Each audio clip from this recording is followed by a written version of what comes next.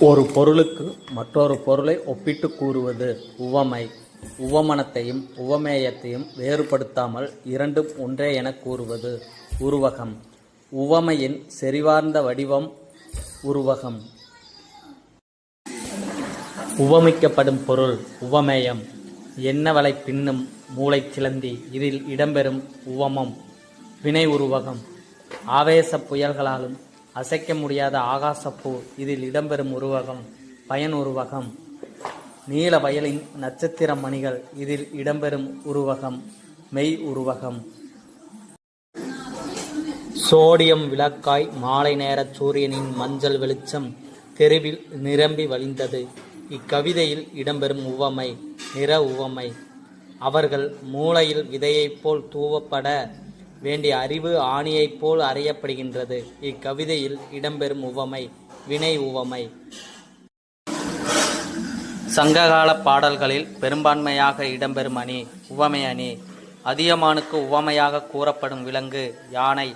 பாஞ்சாலி சபதத்தில் கதிரவன் ஒளிப்பட்டு விதவிதமான மாயங்கொள்ளும் மேகங்களுக்கு கூறுகின்ற உருவங்கள் யாரிடம் கூறியது? அர்ஜுனன் பாஞ்சாலியிடம்.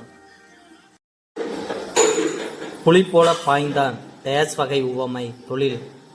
துடிப்போலும் இடை டேஸ் வகை உவமை வடிவம். தளிர் போலும் மேனி டேஸ் உவமை உருவமை.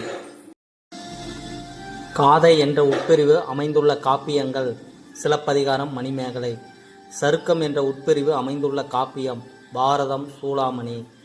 இளம்பகம் என்ற உட்பிரிவு அமைந்துள்ள காப்பியம் சீவக சிந்தாமணி. காண்டம் என்ற பெரும்பிரிவு அமைந்துள்ள காப்பியம் கம்பராமாயணம் சிலப்பதிகாரம். படலம் என்ற உட்பிரிவு அமைந்துள்ள காப்பியம் சீராபுராணம் கந்தபுராணம். ஐஞ்சிறு காப்பியங்கள் என்ற பெயரை முதலில் கூறியவர் சி.வை. தாமோதரனார். நன்னூலுக்கு உரை எழுதியவர் மயிலைநாதர். பெருங்காப்பியத்திற்குரிய எல்லா இலக்கணங்களும் பெற்று வரும் காப்பியம் சீவக சிந்தாமணி. விருத்தம் என்னும் ஒரே செய்யுள் வகையில் அமைந்துள்ள நூல்கள் சீவக சிந்தாமணி கம்பராமாயணம்.